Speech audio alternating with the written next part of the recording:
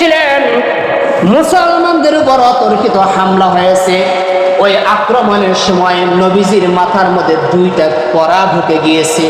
ভাইয়েরা আমার, যেই নবীর শরীরের মধ্যে মশা মাছি বসা পর্যন্ত হারাম করেছেন আমার আল্লাহ, যেই নবী দিনের বেলায় রাস্তা দিয়ে হেঁটে যাইতেন, রৌদ্রে তাপে ঘেমে যাবে এই জন্য আল্লাহ তাআলা নবীর উপর ছায়া দিতেন মেঘের ধারা। বলেন সুবহানাল্লাহ। ওই নবীকে ওই কাফির মুশরিকরা তীর নিক্ষেপ করত, বল্লম নিক্ষেপ করত। এই যুদ্ধের ময়দানে দুইটা কড়া এসে মাথার মধ্যে ঢুকে গেছে। নবীজির সাহাবী হযরতে আবু বকর রাদিয়াল্লাহু তাআলা আনহু নবীজির কাছে দৌড়াইয়া আসলেন তীরটাকে বের করার জন্য। এই মুহূর্তে আরেকজন সাহাবী আবু উবাইদা রাদিয়াল্লাহু তাআলা আনহু দৌড়াইয়া এসে আবু বকরকে বলতেছেন, ভাই আবু বকর, আজকে তুমি এই কাজটা করিও না, আমাকে একটু সুযোগ দাও। ও আবু বকর, তুমি তো ভালোবাসার সর্বোচ্চ স্থান তুমি পেয়ে গেছো। আমি চাই আবু উবাইদা, আজকে নবীকে একটু ভালোবাসা আমি দেখাবো, নবীকে আমি ভালোবাসি এটা আমি একটু প্রমাণ করব। ও আবু বকর, তুমি আমাকে একটু সুযোগ দাও, এই বল্লম এই তীর তুমি বের কইরো না, এটা আমি নিজে বের করব। বলুন সুবহানাল্লাহ। আবু বকর রাদিয়াল্লাহু তাআলা আনহু জিজ্ঞাসা করলেন, ও আবু উবাইদা, তুমি যে এই কড়াটা বের করবা, কিভাবে বের করবা? আবু উবাইদা বলে, ও আবু বকর, আমি কিভাবে বের করি তুমি ছায়া ছায়া দেখো। এই বলে আবু উবাইদা রাদিয়াল্লাহু তাআলা আনহু নবীজির একটা কড়ার মধ্যে দাঁত লাগাইয়া জোরে টান মারলেন। এত জোরে টান মারছে, টানের কারণে কড়া বের হয়েছে, কিন্তু আবু উবাইদা রাদিয়াল্লাহু তাআলা আনহুর একটা দাঁত ভেঙে পড়ে গেছে। বলুন সুবহানাল্লাহ। এবার আরেকটা তীর রয়ে গেছে। আবু উবাইদা আবার আরেক পাশ দিয়ে ধরলেন, ধরে আবার ওই তীরটা ধরে টান মারলেন, তীর বের হয়েছে। বের হওয়ার সঙ্গে সঙ্গে ওই সাহাবীর আরেকটা দাঁত ভেঙে গেছে। বলুন সুবহানাল্লাহ।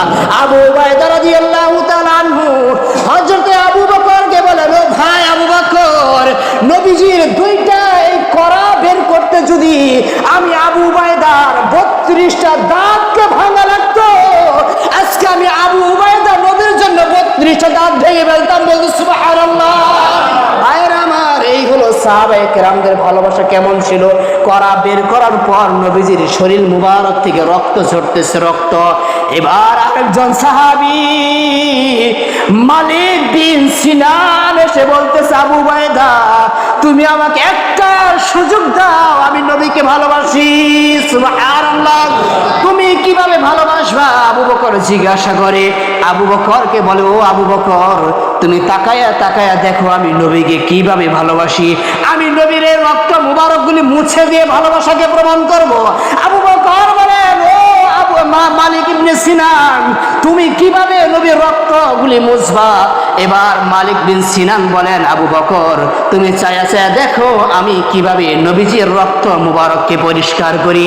এই বলে নবীজিকে ধরে নিজের দুটো ঠোঁট রক্তের এই ক্ষত স্থানে লাগিয়ে দিয়ে জিহ্বা দিয়ে চুপ চুপ চুপ চুপ করে রক্তগুলি বের করে নেয়, আর গিলে ফেরে বের করে নেয়, আর গিলে ফেরে। এইভাবে যখন নবীজি রক্ত মুবারককে পরিষ্কার করলেন, নবীজি তখন হযরতে মালিক বিন সিনানকে বললেন, ও মালিক বিন সিনান, লান তামাসসাকান নার, লান তামাসসাকান নার। ও মালিক বিন সিনান, একটা কথা মনে রেখো, তোমার শরীরে যখন আমার রক্ত প্রবেশ করেছে, কিয়ামতের ময়দানে জাহান্নামের আগুন তোমাকে স্পর্শ করবে না। বলুন সুবহানাল্লাহ। বিসমিল্লাহির রহমানির রহিম। কুল ইন কুনতুম তুহিব্বুনাল্লাহা ফাত্তাবিউনি ইউহিব্বুকুমুল্লাহ فاتبعوني يحببكم الله ويغفر لكم ذنوبكم والله غفور رحيم. وقال رسول الله صلى الله عليه وسلم من أحب سنتي فقد أحبني ومن أحبني كان معي في الجنة. وقال تعالى في شان حبيبه ومحبوب إن الله وملائكته يصلون على النبي يا أيها الذين آمنوا صلوا عليه وسلموا تسليما اللهم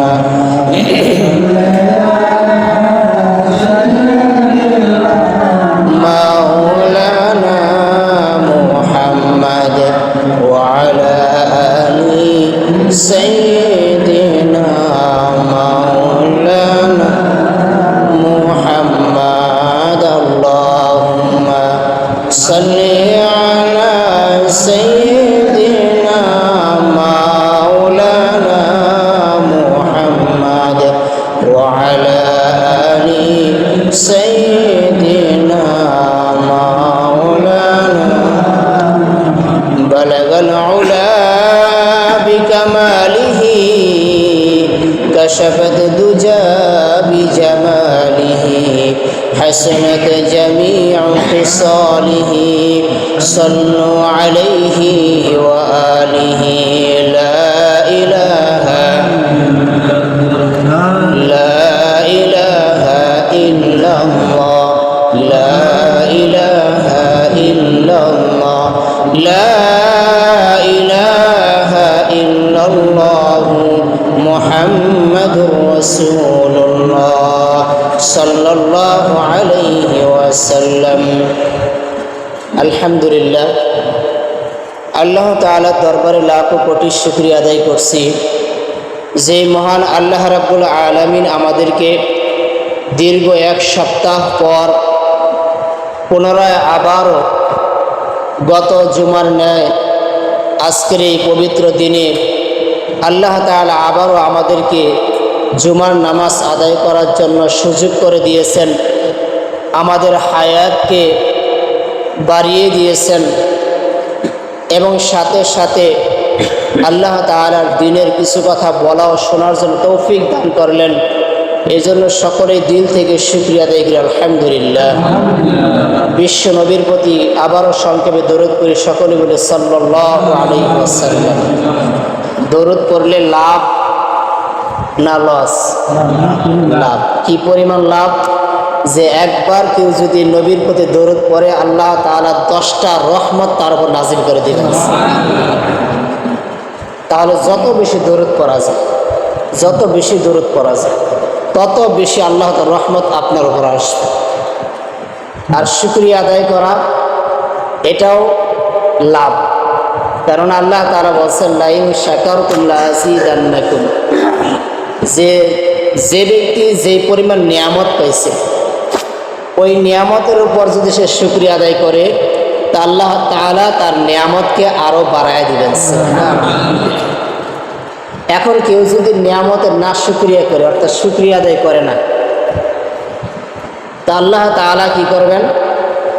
ওয়ালা ইন কাফারতুম ইন্না আযাবি লাশাদীদ, যে নিয়ামত পাইছে কিন্তু শুকরিয়া আদায় করলো না তো আল্লাহ তাআলা তার নিয়ামতকে ছিনায় নেবেন। শুধু ছিনায়া নয়, বরং আল্লাহ তাআলা কঠিন আযাবের মধ্যে থেকে গ্রেফতার করবেন।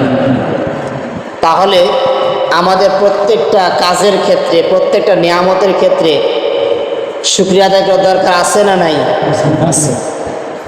আমরা খাবার দাবার খাই, খাওয়ার শুরুতে বিসমিল্লাহ পড়া, বিসমিল্লাহ পড়া এবং খাওয়ার শেষে আলহামদুলিল্লাহ বলা। দুনিয়ার মধ্যে আমরা যত খাবার খাবো হালাল খাবার, যদি বিসমিল্লাহ বলে খাই এবং আলহামদুলিল্লাহ বলে শেষ করি আল্লাহ তাআলা এই খাবারের হিসাব নেবেন না।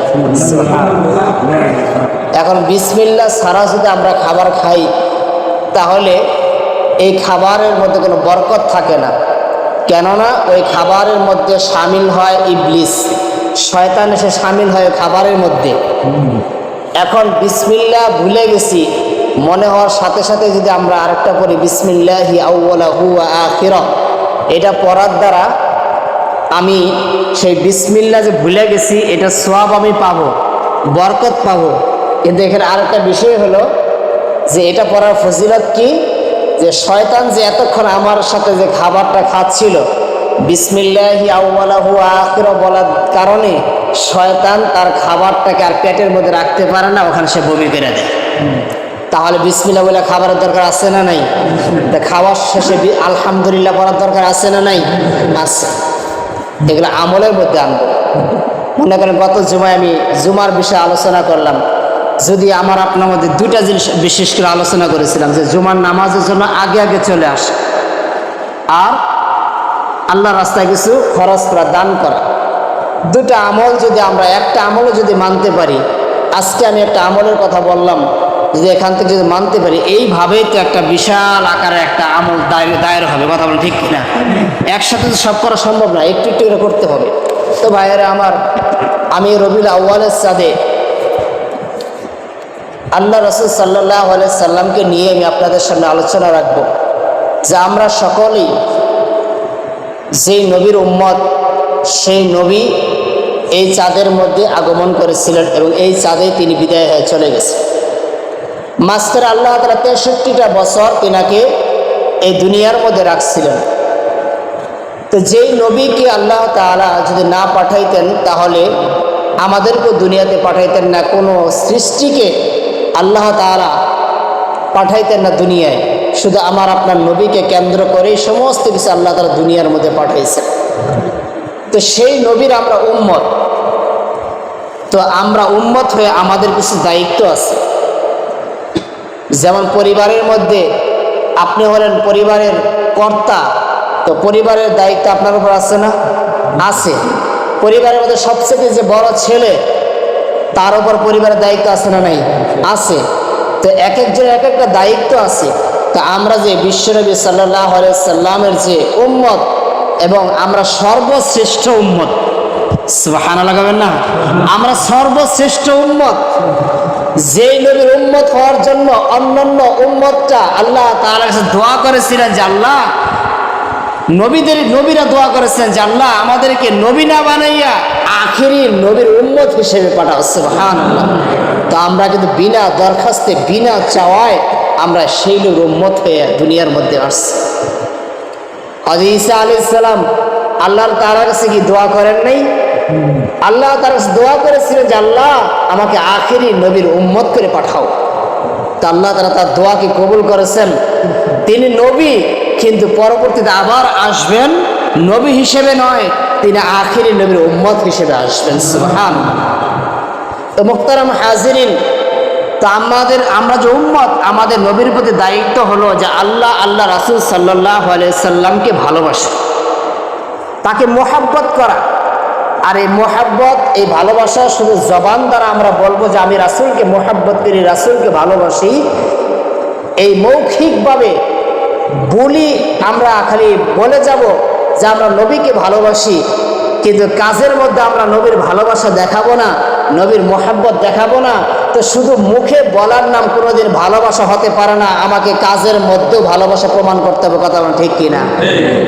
একজন মানুষ, আপনি স্বামী হিসেবে আপনার স্ত্রীকে আপনি খুব ভালোবাসেন, এখন স্ত্রী বলছে যে আমার এই জিনিসটা প্রয়োজন, আমি এই জিনিসটাকে ভালোবাসি, পছন্দ করি, তুমি আমাকে এই জিনিসটা আইনা দিবা। এখন স্বামী কি করতেছে? সেই জিনিসটা আইনা দেয় না। কেন?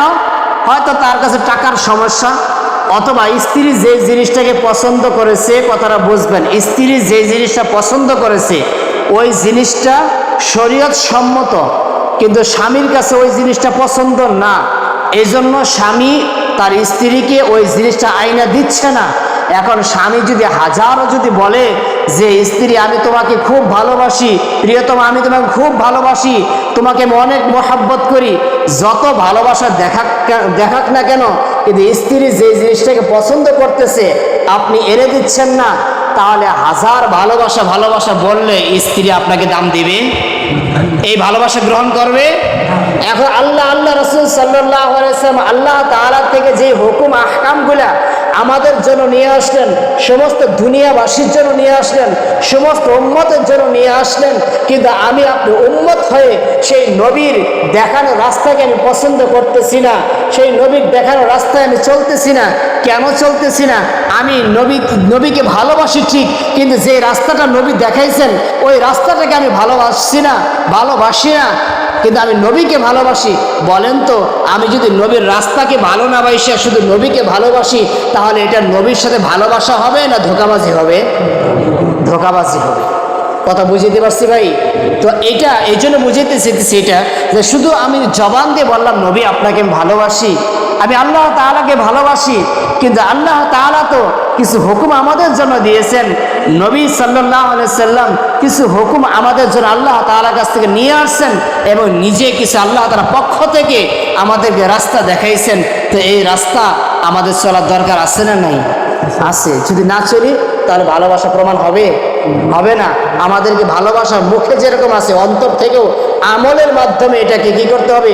প্রকাশ করতে হবে। আপনি আপনার স্ত্রীকে খুব ভালোবাসেন, এখন কোনো একজন বখাটে ব্যক্তি আপনার স্ত্রীকে অপমান করেছে, তাহলে কি আপনি স্বামী হিসেবে এই অপমান সহ্য করতে পারবেন? কারণ আপনি আপনার স্ত্রীকে ভালোবাসেন। আপনি সন্তান হয়ে আপনার বাবা মাকে খুব ভালোবাসেন, আপনার বাবাকে রাস্তাঘাটে অথবা বাজার ঘাটের মধ্যে অপমান করেছে, আপনি সন্তান হয়ে বাবার অপমান সহ্য করতে পারবেন? আমি আপনি যেই নবীর উম্মত, সেই নবীকে যদি কেউ অপমান করে, কেউ গালি দেয়, তাহলে আমি উম্মত হয়ে সেই অপমান সহ্য করতে পারবো? পারবো না। তাহলে এটাকে আমাকে কি করতে হবে? বাহ্যিকভাবে আমলের মধ্যে প্রমাণ করতে হবে। এই জন্য আল্লাহ তাআলা পবিত্র কোরআনের মধ্যে বলতেছেন, قل إن كان آباؤكم وأبناؤكم وإخوانكم وأزواجكم وعشيرتكم وأموال اقترفتموها وتجارة تخشون كسادها ومساكن। আল্লাহ তাআলা বলেন, একজন মানুষ নবীর উম্মত হিসেবে তার দায়িত্ব হলো আল্লাহর রাসূলকে কাদের থেকে বেশি ভালোবাসবে। কুল ইন কানা আবাউকুম ওয়া আবনাউকুম, তার মায়ের থেকে বাবার থেকে নবী আলাইহিস সালামকে বেশি ভালোবাসবে। আল্লাহ রাসূলকে তার সন্তান থেকে বেশি ভালোবাসবে। তার স্ত্রী ওয়াজওয়াজুকুম, তার স্ত্রীর থেকে আল্লাহ রাসূল সাল্লাল্লাহু আলাইহি সাল্লামকে বেশি ভালোবাসতে হবে। নিজের ভাইয়ের থেকে বোনের থেকে আল্লাহ রাসূলকে বেশি ভালোবাসতে হবে। সন্তান সন্ততি থেকে আল্লাহ রাসূলকে বেশি ভালোবাসতে হবে। স্বগোষ্ঠীর লোক থেকে আল্লাহ রাসূল সাল্লাল্লাহু আলাইহি সাল্লামকে বেশি ভালোবাসতে হবে। ওয়া তিজারাতুন তাকশাউনা কাসাদাহা ওয়া মাসাকিন, তুমি দারিদ্রতা হয়ে যাবে, এর ভয়ে তুমি ব্যবসা করতেছো, ব্যবসা বাণিজ্যটাকে তুমি বেশি ভালোবাসছো। কিন্তু না না না, এই দারিদ্রতা হওয়ার ভয়ে তুমি যে ব্যবসা বাণিজ্য করতেছো, ওয়াতিজারা, এই ব্যবসা বাণিজ্যতা দারিদ্রতার থেকেও বেশি ভালোবাসতে হবে আল্লাহ রাসূল সাল্লাল্লাহু আলাইহি সাল্লামকে। শুধু তাই নয়, তুমি যে সম্পদ অর্জন করেছো, তোমার যে সম্পদ আছে, এই সম্পদ থেকেও আল্লাহ রাসূলকে বেশি ভালোবাসতে হবে।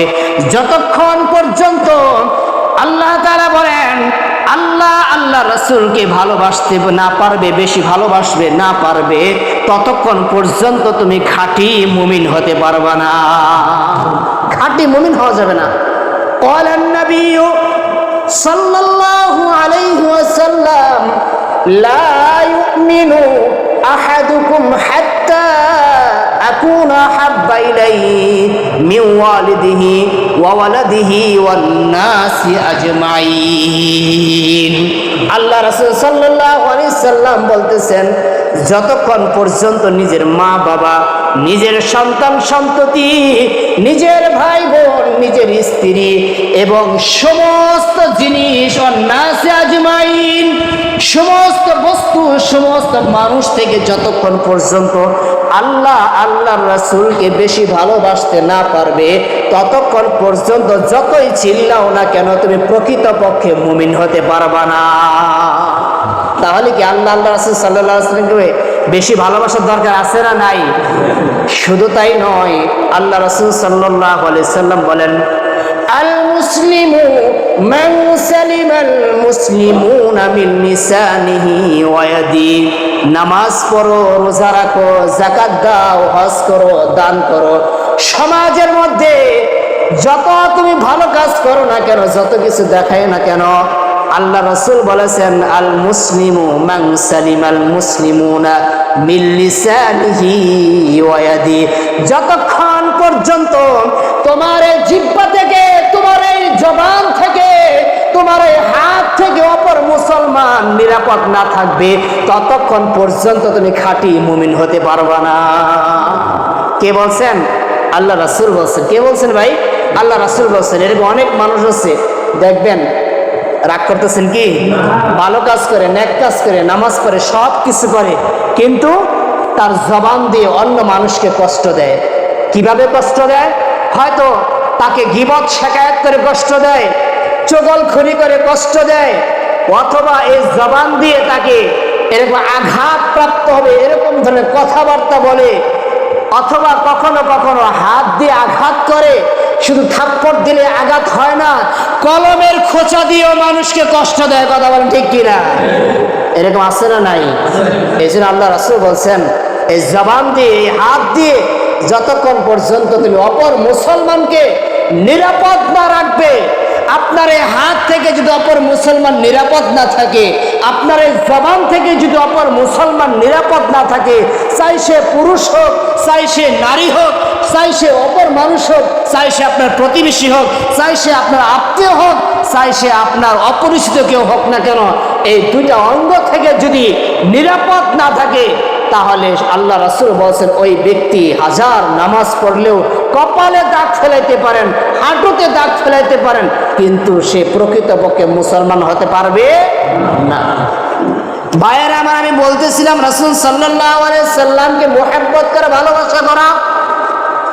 আল্লাহ রাসূল সাল্লাল্লাহু আলাইহি সাল্লামকে সাহাবায়ে কেরাম ভালোবাসা রেখে এই নিদর্শন আমাদের জন্য রেখে গেছেন যে দুনিয়াবাসী, আমরা নবীর উম্মত, আমরা সাহাবী হয়েছে, তোমরা সাহাবী হতে পারো নাই, কারণ তোমরা 1400 বছর পরে আসছো, তোমরা সাহাবী হতে পারো নাই। সাহাবী হলো ওই ব্যক্তি, যেই ব্যক্তি নবীর সুহবত থেকে ঈমান এনেছে, নবী সাল্লাল্লাহু আলাইহি সাল্লামকে স্বচক্ষে দেখেছে, অথবা নবী সাল্লাল্লাহু আলাইহি সাল্লাম কোন মুসলমানকে স্বচক্ষে দেখেছেন, ওই ব্যক্তি হলো সাহাবী। বলেন সুবহানাল্লাহ। অনেকে মনে করে কি, যে ব্যক্তি নবী সাল্লাল্লাহু আলাইহি সাল্লামকে স্বচক্ষে দেখেছে, ঈমান আনছে, ওই ব্যক্তি হলো সাহাবী। এবার প্রশ্ন হলো, যেই ব্যক্তি অন্ধ অবস্থায় ঈমান আনছে, তিনি নবীকে দেখেন নাই, তো তিনি কি সাহাবী নন? তিনিও সাহাবী, কারণ নবী সাল্লাল্লাহু আলাইহি সাল্লাম তাকে দেখেছেন, এই জন্য তিনি সাহাবী। এই সাহাবীরা নিদর্শন রেখে গেছেন যে ভালোবাসা, সেই ভালোবাসা যদিও আমরা পারবো না, কিন্তু আমাদেরকে চেষ্টা করতে হবে। কি করতে হবে ভাই? চেষ্টা করতে হবে সেই ভালোবাসা স্থাপন করা। যদি আমি ওদেরকে ভালোবাসতে না পারি, তাহলে আমি কিসের নবীর আশিক দাবি করি? আশিক তো সে সাহাবায়ে কেরাম, তাদের ভালোবাসাকে নিজের বুকের মধ্যে স্থাপন করেন, তাহলে তো নিজেকে আশিক দাবি করা যাবে। না হলে কি ধোঁকাবাজি করা হবে না? যেটা বললাম, ধোঁকাবাজি করা হবে। যদি নিজেকে সেই ভালোবাসা স্থাপন না করতে পারে, তাহলে ধোঁকাবাজি হবে। সেই ভালোবাসাকে স্থাপন করতে হবে। ভাইয়ের আমার, সাহাবায়ে কেরাম নবী সাল্লাল্লাহু আলাইহি সাল্লামে কি রকম ভালোবাসছেন? বিশ্বনবী মুহাম্মদ রাসূলুল্লাহ সাল্লাল্লাহু আলাইহি সাল্লাম নিজের শরীর মুবারকের মধ্যে একদিন সিঙ্গা লাগালেন। সিঙ্গা লাগিয়ে চিকিৎসা করতেছেন। সিঙ্গা লাগানোর পর বিশ্বনবী সাল্লাল্লাহু আলাইহি সাল্লামের শরীর মুবারক থেকে, সেই জায়গা থেকে রক্ত মুবারক বের হয়েছে। নবী সাল্লাল্লাহু আলাইহি সাল্লাম রক্তটাকে হাতে নিয়ে, একজন সাহাবী, নাম হলো হযরতে আব্দুল্লাহ ইবনে জুবাইর রাদিয়াল্লাহু তাআলা আনহু, আব্দুল্লাহ ইবনে জুবাইর রাদিয়াল্লাহু তাআলা আনহুকে ডাক দিয়ে বললেন, এদিকে আসো। আসার পর নবী সাল্লাল্লাহু আলাইহি সাল্লাম রক্ত মুবারকটা আব্দুল্লাহ ইবনে জুবাইরের হাতে দিলেন, দিয়ে বললেন, যাও এই রক্তটাকে তুমি হেফাজত করে রাখো, অর্থাৎ মাটির নিচে দাফন করে রাখো। বিশ্বনবীর সাহাবী আব্দুল্লাহ ইবনে জুবাইর চিন্তা করলেন, রক্তটাকে যদি ফেলে দেই, পিঁপড়ায় খাবে, পোকা মাকড়ে খাবে, মাটির নিচে রেখে দিলে মাটি এই রক্তটাকে ভোগ করে ফেলবে, খেয়ে ফেলবে, তাহলে আমি আব্দুল্লাহ ইবনে জুবাইর নবীকে কেমন ভালোবাসলাম যে রক্তটাকে একটা পিঁপড়া হয়ে খাইতে পারে, মাটি হয়ে খাইতে পারবে, আমি কেন খাইতে পারবো না? এই বলে আব্দুল্লাহ ইবনে জুবাইর এই রক্তটাকে কোথাও ফেলার নাই, দাফন করেন নাই। নবীর ভালোবাসায় এই রক্তটাকে তিনি খেয়ে ফেলেছেন। বলুন সুবহানাল্লাহ। এবার আব্দুল্লাহ ইবনে জুবাইর রাসূল সাল্লাল্লাহু আলাইহি সাল্লামের কাছে আসলেন। নবীজি জিজ্ঞাসা করলেন, আব্দুল্লাহ ইবনে জুবাইর এই রক্তটাকে তুমি কি করেছো? আব্দুল্লাহ ইবনে জুবাইর জবাব দেয়, ইয়া রাসূলুল্লাহ সাল্লাল্লাহু আলাইহি সাল্লাম, আপনার ভালোবাসায় আমি এই রক্তটাকে দাফন করতে পারি নাই। ওগো নবী, আপনার ভালোবাসায় আমি রক্তটাকে কোথাও ফেলাইতে পারি নাই। আমি আব্দুল্লাহ ইবনে জুবাইর আপনার রক্তটাকে পান করে ফেলেছি। বলুন সুবহানাল্লাহ। নবীজি এই কথা বলা শোনার সঙ্গে সঙ্গে আব্দুল্লাহ ইবনে জুবাইরকে বললেন, ও আব্দুল্লাহ ইবনে জুবাইর, তুমি মারা যাওয়ার পর জাহান্নামের আগুন তোমাকে কোনোদিন স্পর্শ করবে না। বিশ্বনবী উহুদের যুদ্ধে যখন যুদ্ধ করতেছিলেন, মুসলমানদের উপর অতর্কিত হামলা হয়েছে। ওই আক্রমণের সময় নবীজির মাথার মধ্যে দুইটা কড়া ঢুকে গিয়েছে। ভাইয়ের আমার, যেই নবীর শরীরের মধ্যে মশা মাছি বসা পর্যন্ত হারাম করেছেন আমার আল্লাহ, যেই নবী দিনের বেলায় রাস্তা দিয়ে হেঁটে যাইতেন, রৌদ্রে তাপে ঘেমে যাবে এই জন্য আল্লাহ তাআলা নবীর উপর ছায়া দিতেন মেঘের ধারা। বলেন সুবহানাল্লাহ। ওই নবীকে ওই কাফির মুশরিকরা তীর নিক্ষেপ করত, বল্লম নিক্ষেপ করত। ওই যুদ্ধের ময়দানে দুইটা কড়া এসে মাথার মধ্যে ঢুকে গেছে। নবীজির সাহাবী হযরতে আবু বকর রাদিয়াল্লাহু তাআলা আনহু নবীজির কাছে দৌড়াইয়া আসলেন তীরটাকে বের করার জন্য। এই মুহূর্তে আরেকজন সাহাবী আবু উবাইদা রাদিয়াল্লাহু তাআলা আনহু দৌড়াইয়া এসে আবু বকরকে বলতেছেন, ভাই আবু বকর, আজকে তুমি এই কাজটা করিও না, আমাকে একটু সুযোগ দাও। ও আবু বকর, তুমি তো ভালোবাসার সর্বোচ্চ স্থান তুমি পেয়ে গেছো। আমি চাই আবু উবাইদা, আজকে নবীকে একটু ভালোবাসা আমি দেখাবো, নবীকে আমি ভালোবাসি এটা আমি একটু প্রমাণ করব। ও আবু বকর, তুমি আমাকে একটু সুযোগ দাও, এই বল্লম এই তীর তুমি বের কইরো না, এটা আমি নিজে বের করব। বলুন সুবহানাল্লাহ। আবু বকর রাদিয়াল্লাহু তাআলা আনহু জিজ্ঞাসা করলেন, ও আবু উবাইদা, তুমি যে এই কড়াটা বের করবা, কিভাবে বের করবা? আবু উবাইদা বলে, ও আবু বকর, আমি কিভাবে বের করি তুমি চাইয়া চাইয়া দেখো। এই বলে আবু উবাইদা রাদিয়াল্লাহু তাআলা আনহু নবীজির একটা কড়ার মধ্যে দাঁত লাগাইয়া জোরে টান মারলেন। এত জোরে টান মারছে, টানের কারণে কড়া বের হয়েছে, কিন্তু আবু উবাইদা রাদিয়াল্লাহু তাআলা আনহুর একটা দাঁত ভেঙে পড়ে গেছে। বলুন সুবহানাল্লাহ। এবার আরেকটা তীর রয়ে গেছে। আবু উবাইদা আবার আরেক পাশ দিয়ে ধরলেন, ধরে আবার ওই তীরটা ধরে টান মারলেন, তীর বের হয়েছে। বের হওয়ার সঙ্গে সঙ্গে ওই সাহাবীর আরেকটা দাঁত ভেঙে গেছে। বলুন সুবহানাল্লাহ। আবু উবাইদা রাদিয়াল্লাহু তাআলা আনহু হযরতে আবু বকরকে বলেন, ও ভাই আবু বকর, নবীজির দুইটা এই কড়া বের করতে যদি আমি আবু উবাইদার 32টা দাঁতকে ভাঙা লাগতো, আজকে আমি আবু উবাইদা নবীর জন্য 32টা দাঁত ভেঙে ফেলতাম। বলুন সুবহানাল্লাহ। ভাইয়েরা আমার, এই হলো সাহাবায়ে কেরামদের ভালোবাসা কেমন ছিল। কড়া বের করার পর নবীজির শরীর মুবারক থেকে রক্ত ঝরতেছে, রক্ত। এবার আরেকজন সাহাবী মালিক বিন সিনান এসে বলতেছে, আবু উবাইদা, তুমি আমাকে একটা সুযোগ দাও, আমি নবীকে ভালোবাসি। সুবহানাল্লাহ। তুমি কিভাবে ভালোবাসবা? আবু বকর জিজ্ঞাসা করে। আবু বকরকে বলে, ও আবু বকর, তুমি তাকায়া তাকায়া দেখো আমি নবীকে কিভাবে ভালোবাসি। আমি নবীর রক্ত মুবারকগুলি মুছে দিয়ে ভালোবাসাকে প্রমাণ করব। আবু বকর বলেন, ও মালিক ইবনে সিনান, তুমি কিভাবে নবীর রক্তগুলি মুছবা? এবার মালিক বিন সিনান বলেন, আবু বকর, তুমি চায়া চায়া দেখো আমি কিভাবে নবীজির রক্ত মুবারককে পরিষ্কার করি। এই বলে নবীজিকে ধরে নিজের দুটো ঠোঁট রক্তের এই ক্ষত স্থানে লাগিয়ে দিয়ে জিহ্বা দিয়ে চুপ চুপ চুপ চুপ করে রক্তগুলি বের করে নেয় আর গিলে ফেরে বের করে নেয় আর গিলে ফেরে।